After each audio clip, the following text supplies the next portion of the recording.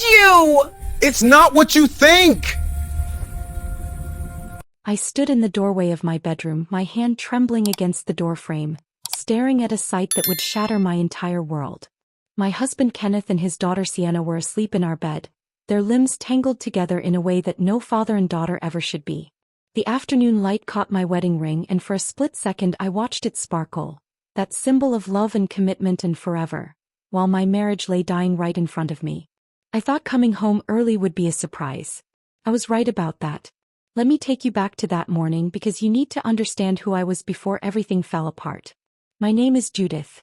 I'm 42 years old, a black woman who worked her way up to hospital administrator through sheer determination and more sleepless nights than I care to count.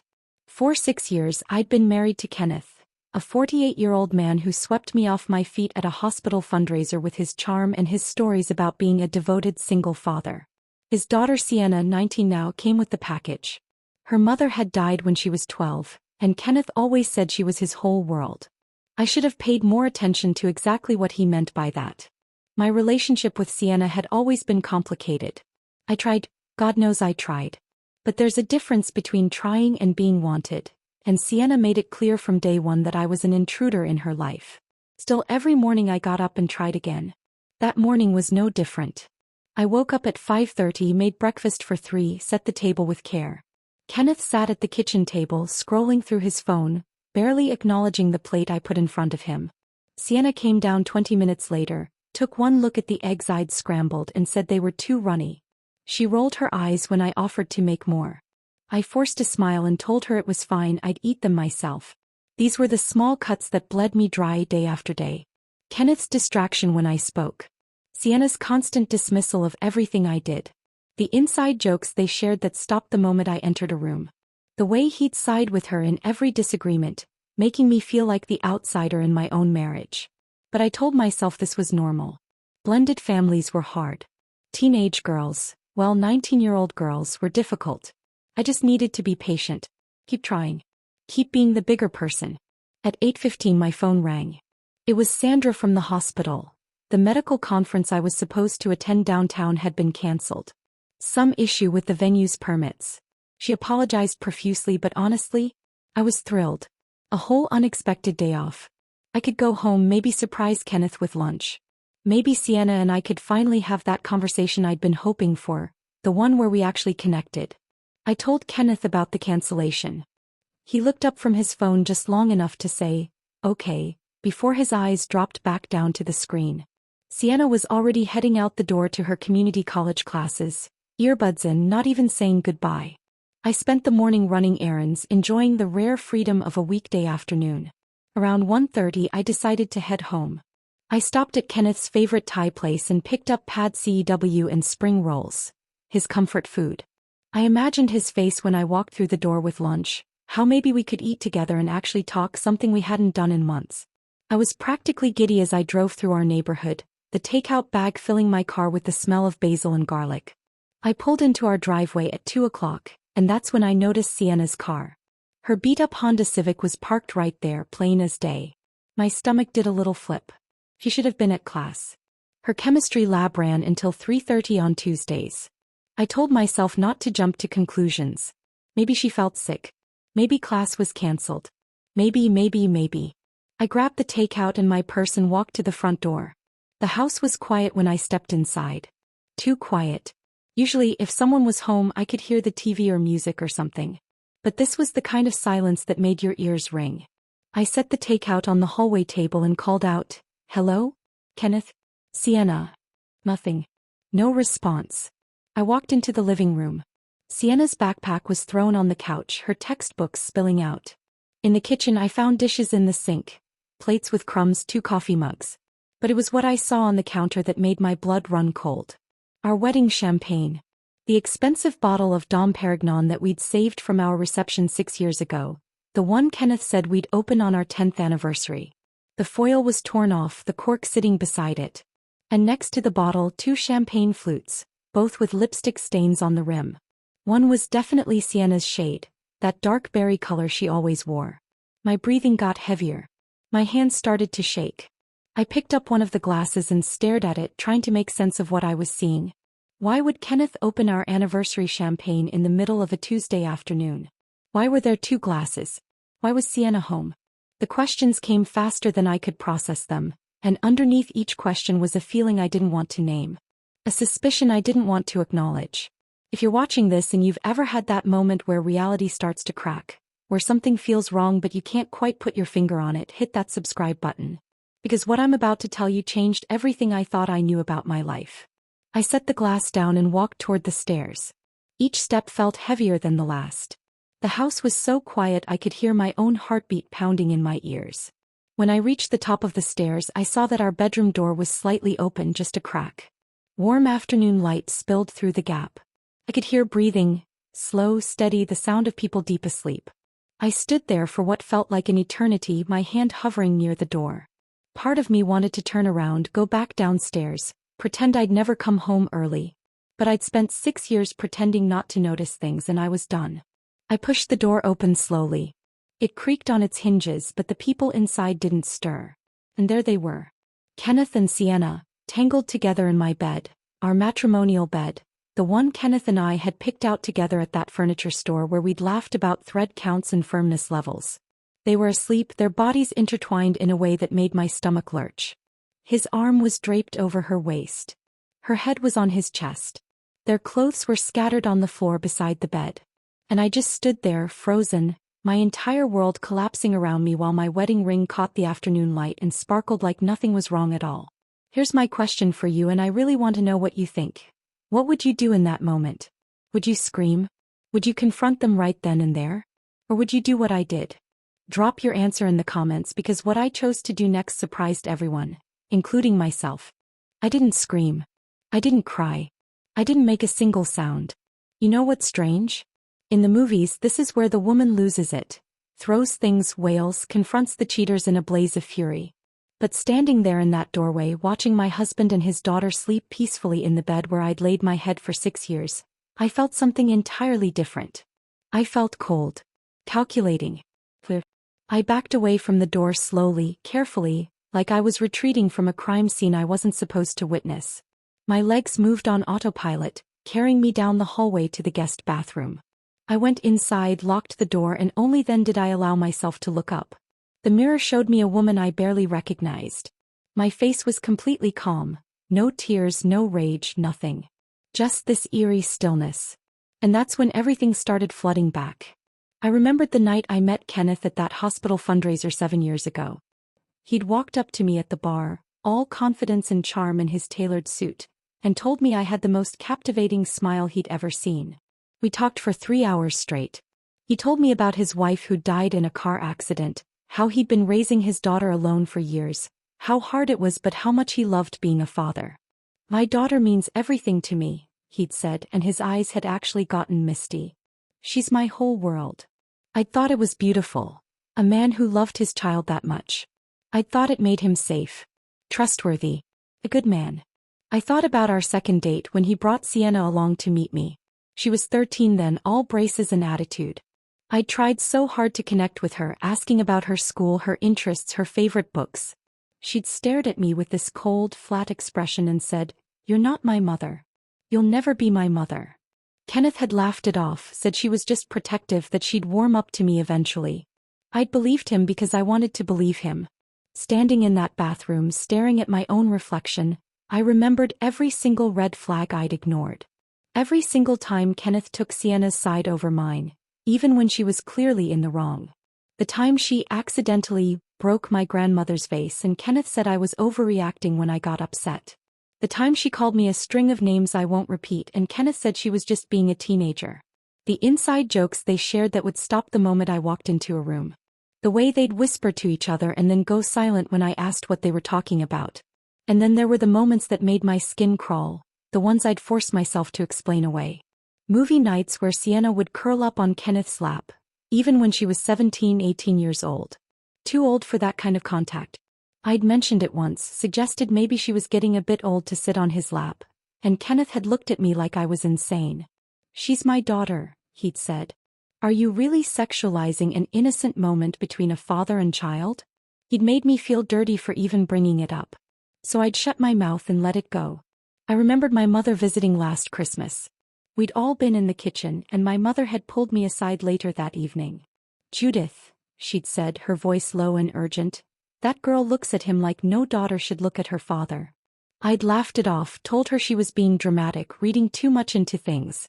"Mama, you're seeing things that aren't there," I'd said. "They're just close. That's healthy. That's good." My mother had pressed her lips together and shaken her head, but she didn't push it. And I'd dismissed her concerns as old-fashioned thinking, generational differences, maybe even a touch of jealousy that Kenneth and Sienna had such a strong bond. But standing there in that bathroom, it all clicked into place like pieces of a puzzle I'd been refusing to see. This wasn't new. This hadn't started today or last week or last month. This had been happening probably for years, right under my nose while I played the role of the oblivious wife. How long had they been sleeping together? How many times had they been intimate in our bed while I was at work? How many lies had Kenneth told me? How many times had Sienna smirked behind my back, knowing she had something I didn't?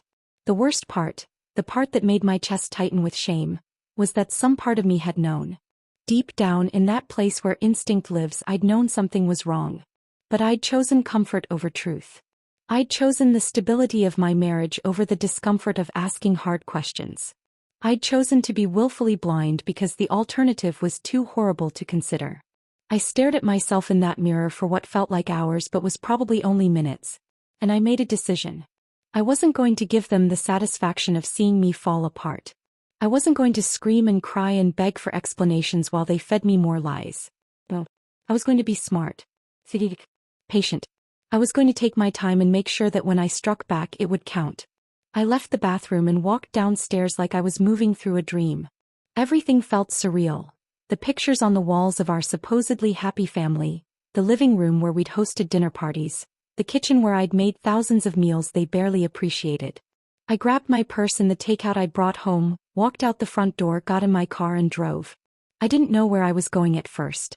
I just drove, my hands gripping the steering wheel so tight my knuckles went white. Eventually, I ended up in a mall parking lot 3 miles from home.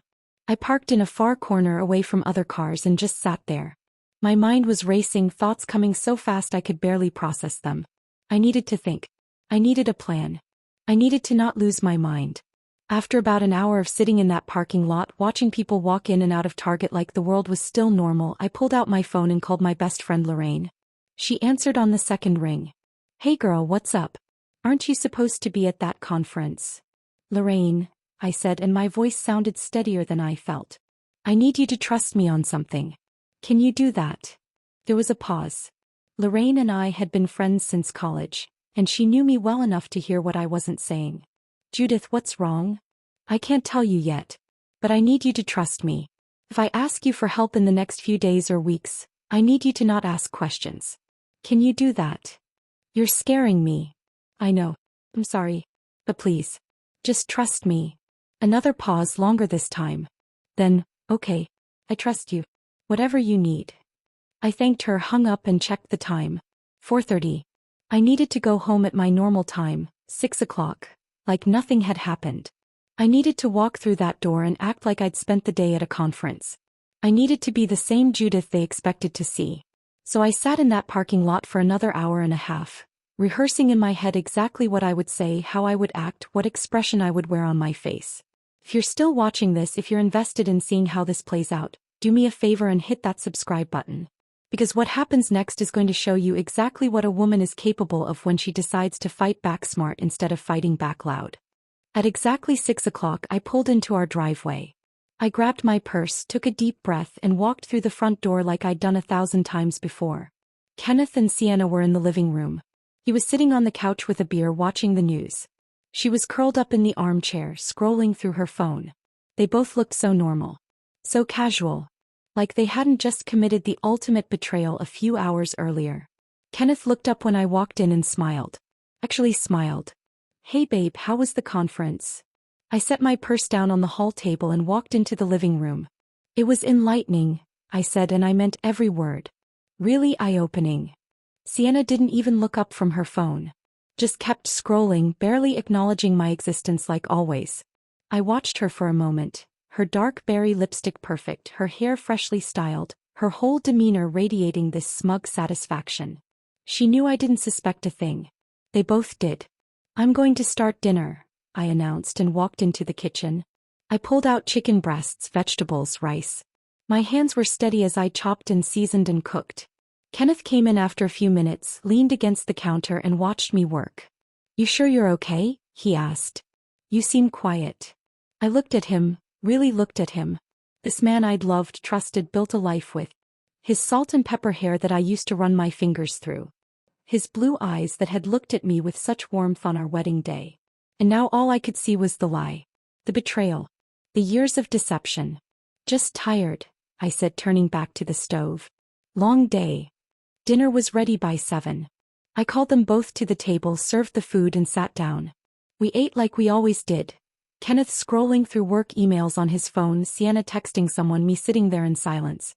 But everything looked different now. Every gesture between them was loaded with new meaning. When Kenneth passed Sienna the salt without her even asking, I realized he knew her routines, her preferences, in a way that went beyond normal parental awareness. When she laughed at one of his jokes, actually laughed, which she never did at anything I said, I could see the intimacy there. The shared history. The secret they were keeping. I watched them eat the food I'd prepared, food I'd made with these hands that were now plotting their downfall, and I felt nothing but cold determination. They thought they'd gotten away with it. They thought I was too naive, too trusting, too busy trying to be the perfect wife and stepmother to notice what was happening right in front of me. They had no idea who they were dealing with. They had no idea that the woman sitting across from them, calmly eating her chicken and rice, had already started planning their destruction. Because here's what they didn't know about me. I didn't get to be a hospital administrator by giving up when things got hard. I got there by being smarter, more strategic and more patient than anyone else in the room. Kenneth finished his dinner and leaned back in his chair. "That was great, babe. Thank you." He actually thanked me. For cooking dinner. For playing my role. For being the perfect, oblivious wife. "You're welcome," I said, and I smiled at him. A real smile. Because I knew something he didn't. I knew that this dinner, this moment of false peace, was the beginning of the end. Here's what I want to know from you. Have you ever had to pretend everything was fine when your world was falling apart? Have you ever had to smile and play nice while planning your next move? Tell me in the comments, because I need to know I'm not alone in this. And trust me, what I did next was just the beginning. That night, I lay in bed next to Kenneth, staring at the ceiling while he snored softly beside me. The same man who'd been tangled up with his daughter in this very bed just hours earlier was now sleeping peacefully, without a care in the world. I waited. I'm good at waiting. Years of dealing with hospital bureaucracy taught me that patience is a weapon if you know how to use it. Around midnight, Kenneth's breathing deepened into that rhythm that told me he was fully asleep. I turned my head and looked at him in the darkness. His phone was on the nightstand, right where he always left it, charging and face up like he had nothing to hide. But I knew his passcode. Want to know what it was? Sienna's birthday. July 14th. He'd said it years ago and I'd always thought it was sweet. A devoted father keeping his daughter close to his heart. Now it made me want to scream. I reached over slowly, carefully and picked up his phone. My hands were shaking so badly I almost dropped it. I slipped out of bed, grabbed my own phone and locked myself in the bathroom.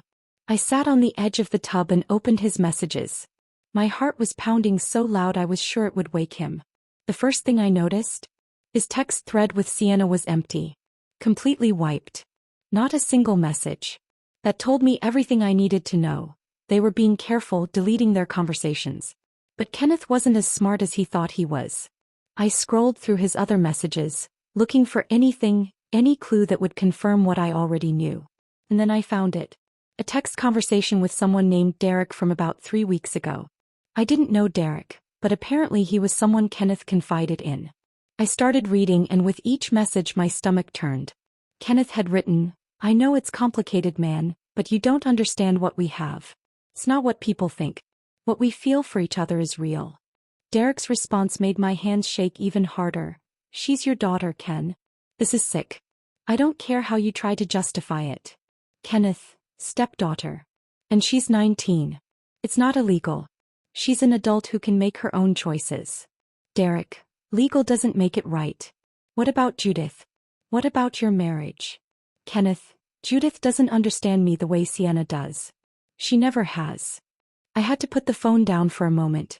I pressed my hand against my mouth to keep from making any sound. He'd been discussing this with someone. He'd been justifying it, rationalizing it, making it sound like some kind of star-crossed romance instead of the sick, twisted betrayal it actually was. I picked the phone back up and started taking screenshots of everything. Every single message. My hands were shaking so badly I had to take some of them twice. Then I went deeper. I opened his banking app. We had joint accounts, so I had every right to look. I started scrolling through recent transactions, and that's when I saw them. Hotel charges. The Marriott downtown, 3 different occasions over the past 2 months. The boutique hotel by the waterfront twice. Each charge between $150 and $250. Then I saw the jewelry purchases. Tiffany & Company $800 3 months ago. Pandora $300 6 weeks ago. I'd never received any jewelry from Kenneth. Not for my birthday, not for our anniversary, not for any occasion. But then I remembered something that made my blood run cold. 3 months ago, Sienna had come home wearing a new necklace. A delicate silver chain with a small diamond pendant. I'd complimented it and she'd barely acknowledged me, just touched it and smiled this secretive little smile. Kenneth had been in the room and he'd said casually, "Oh, that's from her boyfriend. Some kid from her college." I'd thought it was sweet that she was dating someone. But the truth hit me like a freight train. Sienna didn't have a boyfriend. She'd never mentioned anyone. Never brought anyone home. Never talked about dating at all. Because Kenneth was her boyfriend. Or whatever sick term you'd use for what they had. I kept digging. I found charges at restaurants I'd never been to, flowers sent to our home address on days I'd been working late. Flowers that Sienna claimed were from a friend when I'd asked about them. Every purchase, every transaction, every little piece of evidence added up to this elaborate double life they'd been living right under my nose. But I wasn't done. I opened the security camera app on my phone, the one Kenneth didn't know I had. I'd installed it 6 months ago through my own account after we'd had a package stolen from our porch. The cameras covered the front door, the kitchen, and the upstairs hallway. Kenneth had never asked about them, never thought to check if I could access footage remotely. I started scrolling back through the recordings, my stomach churning with each day I went backwards. 2 weeks ago, there they were in the kitchen at 10 p.m., long after I'd gone to bed because I had an early morning meeting. Kenneth had his hands in Sienna's hair and they were kissing. Not a quick peck but a deep, passionate kiss that made me want to vomit. I screenshot the timestamp and downloaded the clip. I kept scrolling. 1 week ago, footage from the upstairs hallway at 2 in the morning. Kenneth sneaking out of our bedroom and going into Sienna's room. He didn't come out for 2 hours. Downloaded. Screenshot. 3 weeks ago, midday footage. I'd been at work. They were in the kitchen again and Kenneth was pressing Sienna against the counter, his hands all over her. Downloaded. Screenshot. The evidence went back months. Months. How long had I been the fool in this scenario? How long had they been laughing at me behind my back? I wanted to throw up. I wanted to cry. I wanted to march into that bedroom and confront him right then and there. But I didn't. That I kept watching. Kept documenting. Kept collecting every single piece of evidence I could find. By 3 in the morning, I had dozens of screenshots, multiple video files, bank statements showing months of suspicious charges, and text messages that proved Kenneth knew exactly how wrong this was but didn't care. I created a secret folder on my phone, password protected, and saved everything there. Then I carefully placed Kenneth's phone back on his nightstand and climbed back into bed beside him. He stirred slightly, rolled over, and draped his arm across my waist. The same arm that had been around his daughter earlier that day. I lay there, rigid, forcing myself not to recoil from his touch. I didn't sleep for the rest of the night. I just stared at the ceiling, planning my next move. The next morning, I got up at my usual time and went through my normal routine. Kenneth woke up, kissed my cheek like he always did, and asked what I wanted for breakfast. I told him I wasn't hungry, that I had an early meeting. The lies came easily now. I was learning from the masters. As soon as Kenneth left for work and Sienna left for class, I called my supervisor at the hospital. "I need to take a personal day," I said. "Is that all right?" She was surprised. I hadn't taken a sick day or personal day in 3 years. But she agreed immediately. Then I made 2 phone calls that would change everything. The first was to Patricia Holbrook, a divorce attorney whose name I'd found through a quick internet search. She had excellent reviews and specialized in high-conflict divorces. Her assistant squeezed me in for a 10 o'clock appointment that same morning. Patricia's office was downtown, in one of those sleek high-rise buildings with marble floors and expensive art on the walls. She met me in a conference room, a woman in her 50s with sharp eyes and an even sharper suit. I sat across from her and told her everything. I showed her the screenshots, the videos, the bank statements. She listened without interrupting, her expression growing darker with each detail. When I finished, she sat back in her chair and let out a long breath. In 20 years of practicing family law, this is one of the most disturbing cases I've seen, she said. But we need to be smart about this. I don't just want a divorce, I told her, and my voice was steady, cold. I want them to feel what I feel. I want them destroyed. Patricia nodded slowly. I understand. But here's the reality. Legally, Kenneth hasn't done anything criminal. Sienna is 19, an adult. She's not his biological daughter, so there's no incest law being broken. From a purely legal standpoint, this is adultery, which is grounds for divorce, but that's it. My heart sank. So he gets away with it? I didn't say that. Patricia leaned forward. Legally, he might be in the clear. But morally, socially, professionally, he's destroyed once this comes out. You said he works as a vice president at First National Bank. Yes. Banks care deeply about reputation and moral character, especially in leadership positions. When this gets out, and we'll make sure it gets out in the right way, he'll lose his job. His family, his friends, his entire social circle will turn on him. What he's done might not be illegal, but it's disgusting and people will react accordingly. She pulled out a legal pad and started taking notes. Here's what we're going to do. First, don't tip your hand. Keep acting normal. Keep gathering evidence. Let them think they're safe. The more comfortable they get, the sloppier they'll become. Second, we're going to build an airtight case for divorce that ensures you get everything. The house, the assets, everything. And third, we're going to make sure the right people know what happened. Not through social media rants or emotional outbursts, but strategically. I listened as she laid out the plan, and for the first time since I'd walked through that bedroom door, I felt something other than devastation. I felt hope. Hope that justice, even if it wasn't legal justice, would be served. If you've made it this far in my story, if you're invested in seeing Kenneth and Sienna get what they deserve, please subscribe to this channel. Because what happens next is going to blow your mind. After meeting with Patricia, I had one more appointment. She'd recommended a private investigator named Coleman Rush, someone she'd worked with on previous cases. Coleman's office was nothing like Patricia's.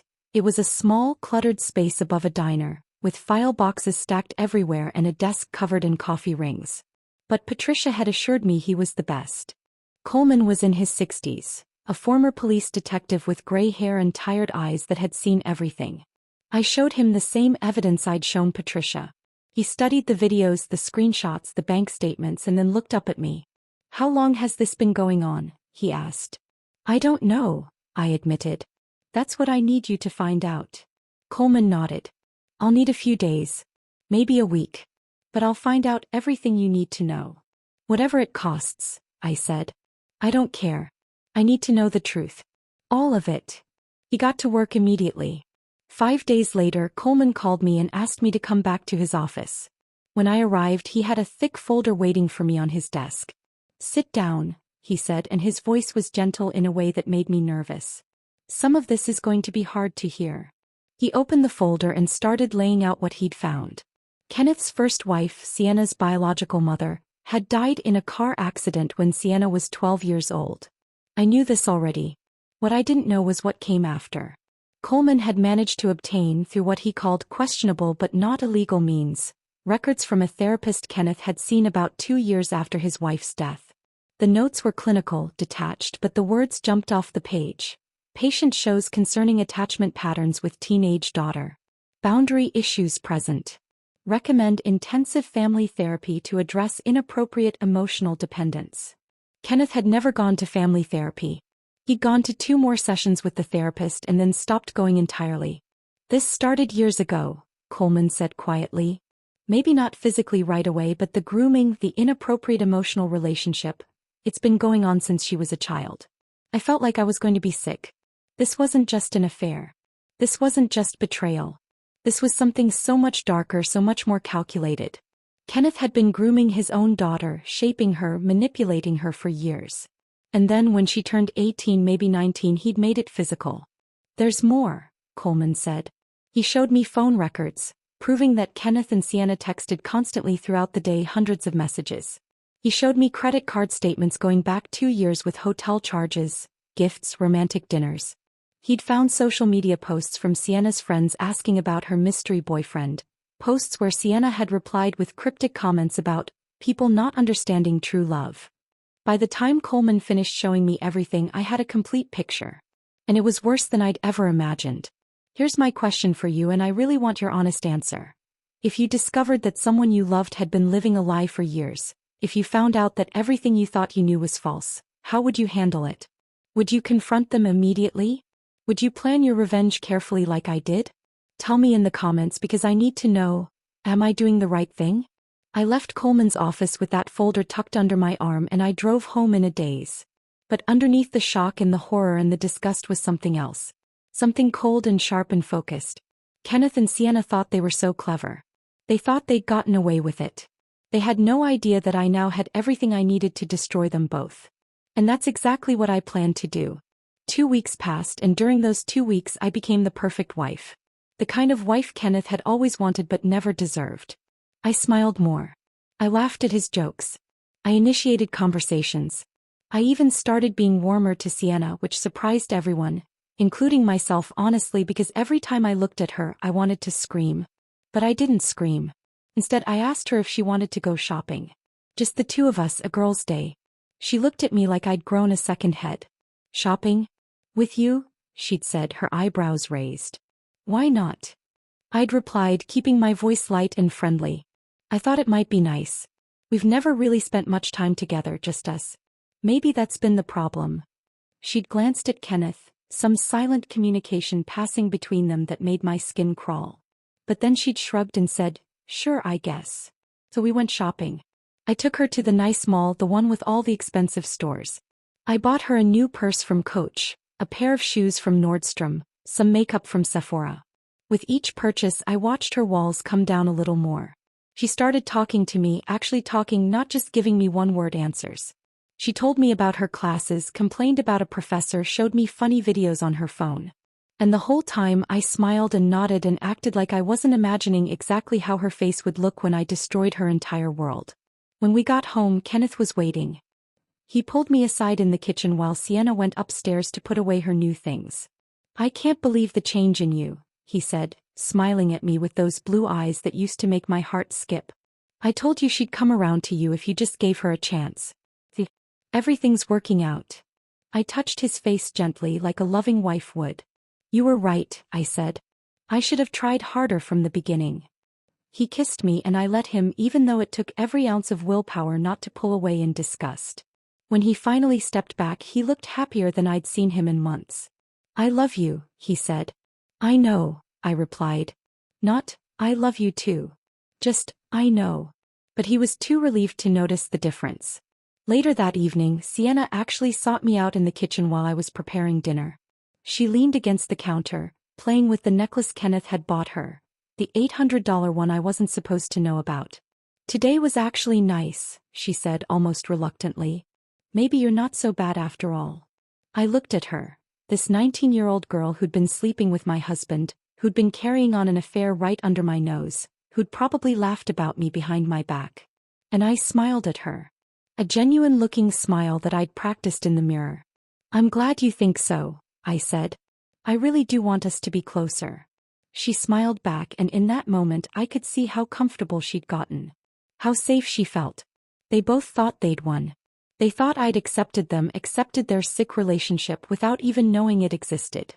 They'd gotten sloppy, confident, careless. Exactly where I needed them to be. A few days later, over dinner, I made my suggestion. You know what I think we should do? I said as casually as if I was suggesting we order pizza. Let's have a family dinner. A real one with everyone. Your parents, Kenneth. And my mother.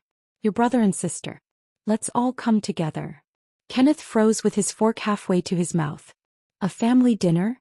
Yes, I said, smiling warmly. I've been thinking about how important family is. How we should all be closer. Don't you think it would be nice? We could go to that Italian restaurant downtown, the one with the private rooms. Make it special. I could see him calculating, trying to figure out if this was a trap. But he couldn't see how it could be. I'd been so perfect lately, so accommodating. And I knew something else too. Kenneth's parents, Richard and Beverly, had money. A lot of it. Kenneth was their golden child, and he worked very hard to stay in their good graces because one day that money would be his. He couldn't afford to refuse a family gathering without raising suspicion. "I guess that could be nice," he said slowly. "Perfect," I said. "I'll handle all the arrangements. You just show up." Over the next week I made my calls. Kenneth's parents, who barely tolerated me but adored their son and granddaughter. Kenneth's brother Thomas and his sister Rebecca, both of whom had always been civil but distant. My own mother, who'd been suspiciously quiet since that Christmas when she tried to warn me. My best friend Lorraine, who still didn't know what was coming but had agreed to be there no matter what. And Pastor Whitmore, the elderly minister from Kenneth's family church, a man Kenneth had known since childhood. Everyone accepted the invitation. Why wouldn't they? As far as they knew, this was just a nice family dinner. The night arrived. I'd booked a private dining room at Rosario's, an upscale Italian restaurant downtown. The kind of place with white tablecloths and candles and waiters who refill your water glass before you even realize it's empty. I'd arranged everything perfectly, the seating, the menu, the timing. I'd even brought a tablet and made sure the private room had a large TV screen mounted on the wall. Kenneth thought I'd set it up so we could show family photos. He had no idea what was really coming. Everyone arrived between 6:30 and 7. Kenneth's parents came first. Richard in an expensive suit, Beverly dripping in pearls and judgment. They hugged Kenneth, kissed Sienna on both cheeks, and gave me a polite smile that didn't reach their eyes. They'd never thought I was good enough for their son. Tonight they'd find out just how right they were, but not for the reasons they thought. Thomas arrived next with his wife, followed by Rebecca and her husband. My mother came alone, and when she hugged me she whispered in my ear, "What's this really about, Judith?" I just squeezed her hand and told her to trust me. Lorraine was the last to arrive, and she shot me a look that said, "What are you up to?" But she took her seat without questioning me. Pastor Whitmore sat at the head of the table, his white hair perfectly combed, his kind eyes taking in the family gathered before him. The dinner started pleasantly enough. Wine was poured. Appetizers were served. Conversation flowed. Mostly superficial, the kind of small talk that families make when they're trying to appear closer than they actually are. Beverly dominated the conversation, talking about their recent trip to Europe. Richard discussed the stock market. Sienna sat next to Kenneth, occasionally touching his arm in ways that now made my stomach turn, but that everyone else saw as innocent affection between father and daughter. I watched it all with a calm smile on my face. I sipped my wine. I laughed at the appropriate moments. I played my part perfectly. After the main course was cleared, I stood up and tapped my glass with my fork. The room quieted, all eyes turning to me. "I want to thank you all for coming tonight," I began, my voice steady and clear. "Family means everything to me. It always has. And I've learned so much about family these past few weeks. About loyalty. About trust. About what happens when the people you love betray you in ways you never thought possible." The room went very quiet. Kenneth's smile faltered. I saw his hand reach for his wine glass. "I've learned about betrayal," I continued, still speaking in that same calm, measured tone. "About lies. About people who look you in the eye and smile while they destroy everything you've built. About what it means when the two people who should have your back are the ones stabbing you in it." "Judith," Kenneth said, his voice tight. "What are you?" "I thought it might be nice to share some family memories tonight," I interrupted, pulling out the tablet I'd placed under my chair. "I put together a little video. Just some footage from our home security cameras. You know, those cameras I installed 6 months ago? The ones you didn't know I could access remotely?" Kenneth's face went white. Sienna's hand flew to her mouth. "Let's watch together," I said, and I pressed play. The TV screen flickered to life, and there they were. Kenneth and Sienna in our kitchen 2 weeks before I'd caught them. The timestamp showed 2 in the morning. Kenneth had his hands tangled in Sienna's hair and they were kissing. Not a fatherly peck but a deep, passionate kiss. His hands moved down her body. She pressed against him. Beverly gasped. The sound echoed in the suddenly silent room. I let that clip play for about 15 seconds, then switched to the next one. Kenneth sneaking into Sienna's bedroom at 3 in the morning. The hallway footage showed him opening her door, slipping inside, closing it behind him. The timestamp in the corner showed him not emerging for 2 hours. What the hell is this? Richard's voice was like thunder. He'd stood up from his chair, his face turning red. I switched to the next video. The one from the afternoon I'd come home early. Kenneth and Sienna in our bed, tangled together, asleep after what they'd done. I let that one play for a long time. Long enough that there could be no doubt, no excuse, no explanation that would make it anything other than what it was. Beverly screamed. An actual scream, high-pitched and horrified. She covered her mouth with both hands, tears already streaming down her face. Thomas pushed his chair back so hard it fell over. Rebecca stared at the screen, her face frozen in shock. Pastor Whitmore had his eyes closed, his hands clasped in prayer or disbelief. I couldn't tell which. Kenneth, Richard said, and his voice shook with rage. Kenneth, tell me this isn't what it looks like. Kenneth had gone completely pale. Dad, I can explain. It's not, we can. You can explain? Richard roared. You can explain why you're in bed with your daughter? She's not my biological daughter, Kenneth said, and even in his panic he was trying to find loopholes, technicalities, ways to make this sound less horrible than it was. She's my stepdaughter. She's 19. He's an adult. It's not illegal. Not illegal? Beverly's voice was shrill, hysterical. You think that's what matters? You think that makes this okay? Sienna was crying now, her hands over her face, her shoulders shaking. But she wasn't denying it. Neither of them were denying it because they couldn't. The evidence was right there on the screen, undeniable. Oh, there's more, I said, my voice cutting through the chaos. I was still standing, still calm, still in control. Would you like to hear the text messages? The ones where Kenneth tells his friend Derek about their relationship? The ones where he admits he knows it's wrong but doesn't care. I pulled out my phone and started reading out loud. Kenneth to Derek. I know it's complicated, man, but you don't understand what we have. What we feel for each other is real. I looked up at the horrified faces around the table. Derek responds, she's your daughter, Ken. This is sick. And Kenneth says, stepdaughter. And she's 19. It's not illegal. If you're still watching this, if you want to see how this story ends, hit that subscribe button right now. Because what happens next is something Kenneth and Sienna never saw coming. There's also the bank statements, I continued, pulling out printed pages from my bag. $800 at Tiffany's for a necklace. The one Sienna's wearing right now, actually. Kenneth told me her boyfriend bought it. But Sienna doesn't have a boyfriend, does she? 3 months of hotel charges. Romantic dinners at restaurants I've never been to. Flowers sent to our house. All paid for with our joint account. My money funding their affair.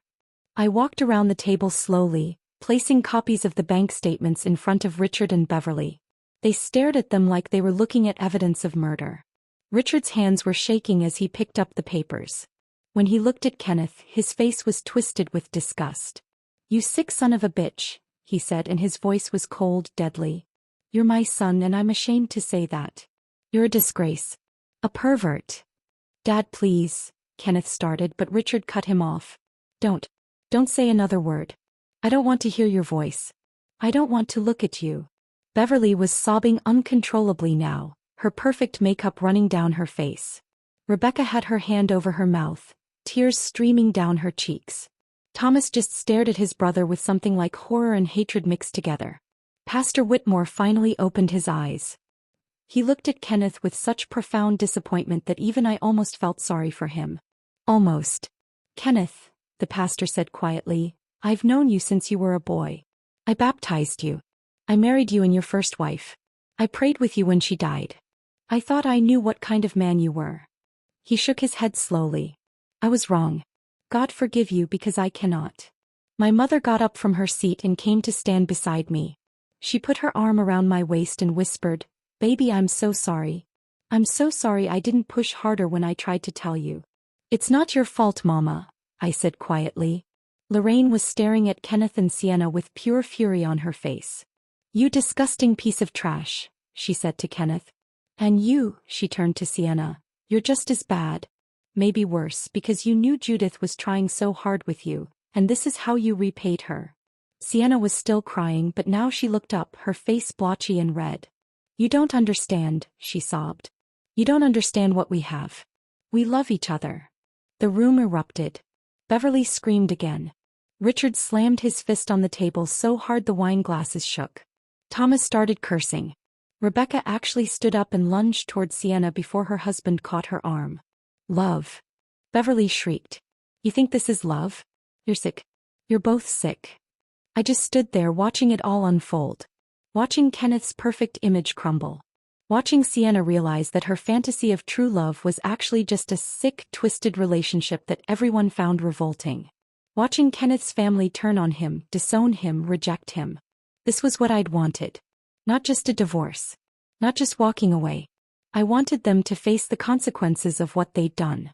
I wanted them to feel the shame, the judgment, the disgust that I'd felt standing in that bedroom doorway. I've filed for divorce, I said, and my voice cut through the chaos again. The papers were served to Kenneth this morning at his office. I'm taking the house, half of everything in our accounts, and my lawyer assures me that given the circumstances, I'll get exactly what I'm asking for. Judith, please, Kenneth tried, reaching toward me. Don't touch me, I said, my voice like ice. Don't ever touch me again. I've also taken the liberty of sending this evidence to your employer. Banks don't like moral scandals, especially not from their vice presidents. I imagine you'll be hearing from Human Resources very soon. If you haven't already. Kenneth's face somehow got even paler. You sent this to my job? Every single bit of it, I confirmed. The videos, the text messages, the bank statements. All of it. You vindictive, he started, but I cut him off. No. I'm not vindictive. I'm done. You two destroyed my marriage, broke every vow we made, betrayed me in the worst possible way, and you did it in my house, in my bed, with my money. You used me. You lied to me. You made me feel crazy for noticing that something was wrong. So yes, I made sure the truth came out. That's not vindictiveness. That's justice. I turned to face Sienna. She was still crying, mascara running down her face, looking young and pathetic and nothing like the confident girl who'd smirked at me across the dinner table for years. You're an adult, I said to her. You made your choices. You knew what you were doing was wrong.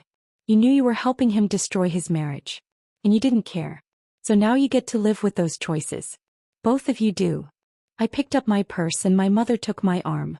Lorraine stood up too, ready to follow me. Where are you going? Kenneth asked desperately.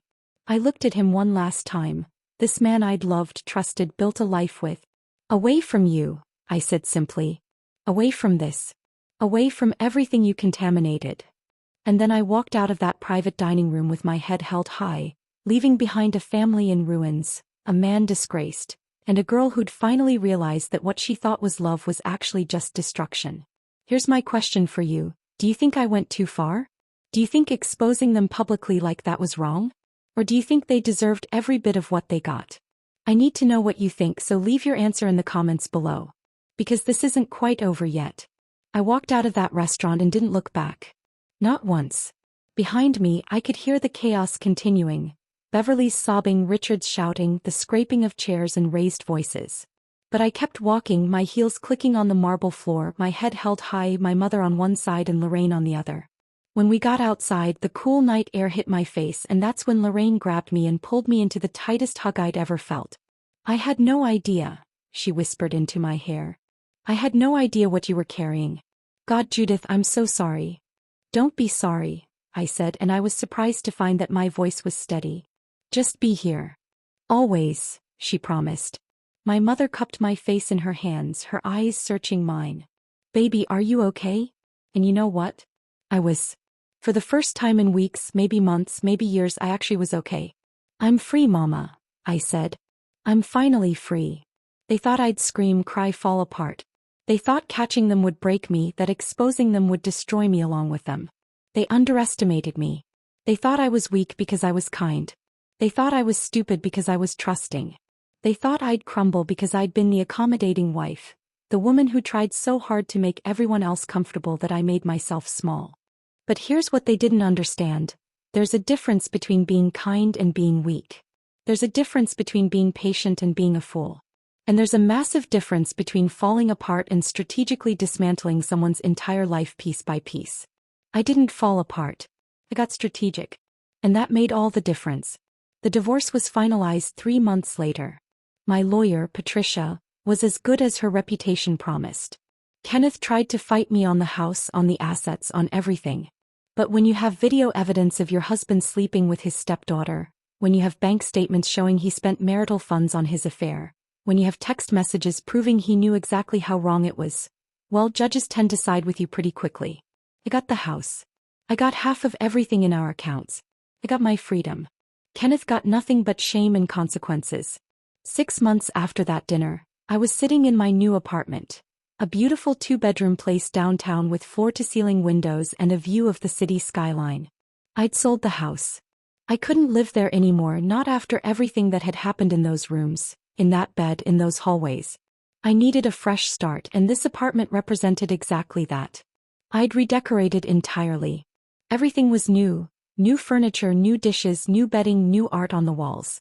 Nothing from my old life with Kenneth remained except for a few photos of my mother and some books I couldn't bear to part with. This space was mine. Clean. Untainted. Full of possibility. I'd heard through mutual acquaintances, and through Coleman who kept tabs for me, what had happened to Kenneth and Sienna. The bank had fired Kenneth within a week of receiving my evidence package. Moral turpitude clause in his contract, apparently. His parents had completely disowned him, cut him off financially, removed him from the will. Thomas and Rebecca wanted nothing to do with him. He'd lost his job, his family, his reputation, and most of his money in the divorce settlement. Kenneth and Sienna had moved into a small apartment across town. A 1-bedroom place in a neighborhood he would have turned his nose up at 6 months ago. They were living together now, openly, their secret relationship forced into the harsh light of day. And you know what I'd heard? They resented each other. The fantasy had died the moment reality hit. When it was forbidden and secret and exciting, when they were getting away with something, it probably felt thrilling to them. But now they were just two people who'd destroyed their lives for each other, stuck together in a cramped apartment with nothing but shame and consequences. Sienna had dropped out of college, couldn't handle the looks from other students once word got around. Kenneth couldn't find another job in banking, not with the scandal attached to his name. They'd gotten exactly what they wanted, each other. And it turned out that once that's all they had, it wasn't enough. Not nearly enough. I should have felt vindicated. And I did to some extent. But mostly I just felt relieved. Relieved it was over. Relieved I'd trusted my instincts. Relieved I'd found the strength to do what needed to be done instead of staying in that toxic situation. I'd started therapy 2 weeks after the divorce was filed. My therapist, Dr. Morrison, was helping me work through everything. The betrayal, the gaslighting, the years I'd spent doubting myself and making excuses for Kenneth's behavior. She helped me see that what happened wasn't my fault. That I couldn't have prevented it. That some people are just broken in ways that no amount of love or patience can fix. You did everything right, she told me in one of our sessions. You loved him. You tried with Sienna. You worked on your marriage. The fact that they chose to betray you says everything about who they are and nothing about who you are. Those words had helped more than she'd probably ever know. I was healing. Slowly, day by day, I was putting myself back together. But this time I was building something stronger. Something that couldn't be broken by lies and betrayal. I was building myself. About 4 months after the divorce was finalized, Lorraine had called me with excitement bubbling in her voice. I have someone I want you to meet, she'd said. No pressure, just coffee. As friends. I'd been hesitant at first. The idea of dating again, of trusting someone again, felt impossible. But Lorraine had insisted. Just coffee, Judith. So, just meet him. His name was Calvin. He was a high school history teacher, 45 years old, with kind eyes and a genuine smile. Lorraine had met him through her husband. They'd been college roommates. Calvin had been divorced for 3 years, no children, and according to Lorraine, he was one of the good ones. We met at a coffee shop downtown on a Saturday morning. I was nervous. My palms were actually sweating when I walked in. But then Calvin stood up from the table he'd chosen by the window, and he smiled at me, and something in my chest loosened just a little bit. Judith, he'd said, extending his hand. I'm Calvin. It's really nice to meet you. We talked for 3 hours that first day. He told me about his job, about his students, about the historical novels he loved to read. He asked about my work at the hospital and actually listened when I answered. He was funny and self-deprecating and completely, refreshingly normal. When I finally told him I'd been through a difficult divorce, he'd nodded sympathetically. Divorce is rough, he'd said. I get it. Mine was brutal. But sometimes the end of something is actually the beginning of something better. I didn't tell him the details that first day. I didn't tell him about Kenneth and Sienna and the betrayal. That would come later, after several more coffee dates, after I'd learned to trust him a little bit. But when I finally did tell him, his reaction told me everything I needed to know about who he was. He'd been horrified, disgusted, angry on my behalf. But he hadn't pitted me. He hadn't treated me like I was broken or damaged. He'd simply said, "You deserved so much better than that. But the way you handled it, the strength and intelligence that took, that's incredible." If you've stuck with me through this entire story, if you've watched me go from devastated to strategic to free, please subscribe to this channel. Share this story. Because I want other people who are going through betrayal to know that you can survive it. You can do more than survive it, you can win. Now, 6 months out from that dinner, I was sitting across from Calvin at our favorite coffee shop, the one where we'd had our first date, and I was laughing. Actually laughing, the kind of deep, genuine laughter I hadn't experienced in years. He just told me a story about one of his students trying to convince him that TikTok was a valid historical source. And the way he told it, with all the dramatic pauses and impressions, had me wiping tears from my eyes. "You're beautiful when you laugh," he said suddenly, and there was something so sincere in his voice that it made my heart skip. "Thank you," I said, and I meant it. I thought about the woman I'd been 6 months ago, standing in that bedroom doorway watching her world collapse. I thought about how I'd felt in that moment. Devastated, betrayed, broken. I thought about how I could have handled it differently. I could have confronted them right then. I could have screamed and cried and let my emotions overwhelm my judgment.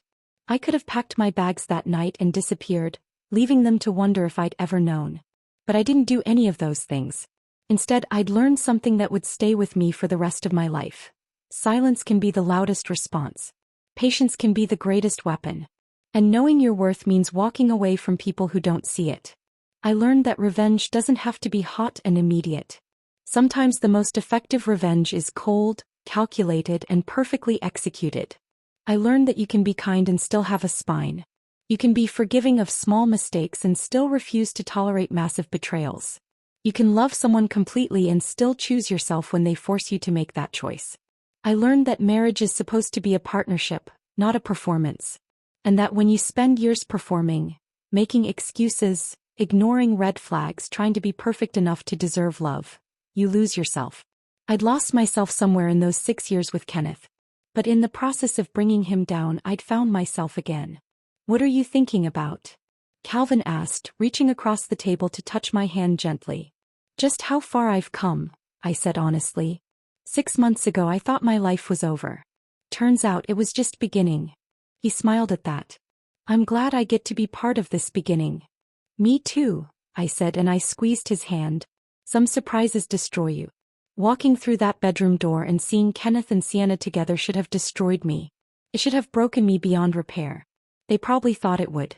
They probably assumed that even if I found out, I'd be too devastated to do anything about it. But other surprises, the ones you give yourself, those can set you free. The surprise of discovering you're stronger than you thought. The surprise of learning that you can survive the unsurvivable. The surprise of realizing that the end of something terrible is actually the beginning of something wonderful. I surprised Kenneth and Sienna that night at the restaurant. But I surprised myself more. I surprised myself with my strength, my resilience, my ability to not just survive but to strategically dismantle everything they'd built on lies. I surprised myself by choosing myself, by refusing to be a victim, by taking control of my own narrative. And now, sitting in this coffee shop with a good man who treats me with respect and genuine affection, I'm surprising myself again.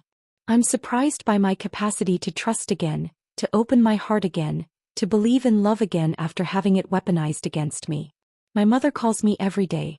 She tells me how proud she is of me. "You did what you had to do, baby," she says. "And you did it with grace and strength. Your grandmother would be so proud." Lorraine tells me I'm her hero.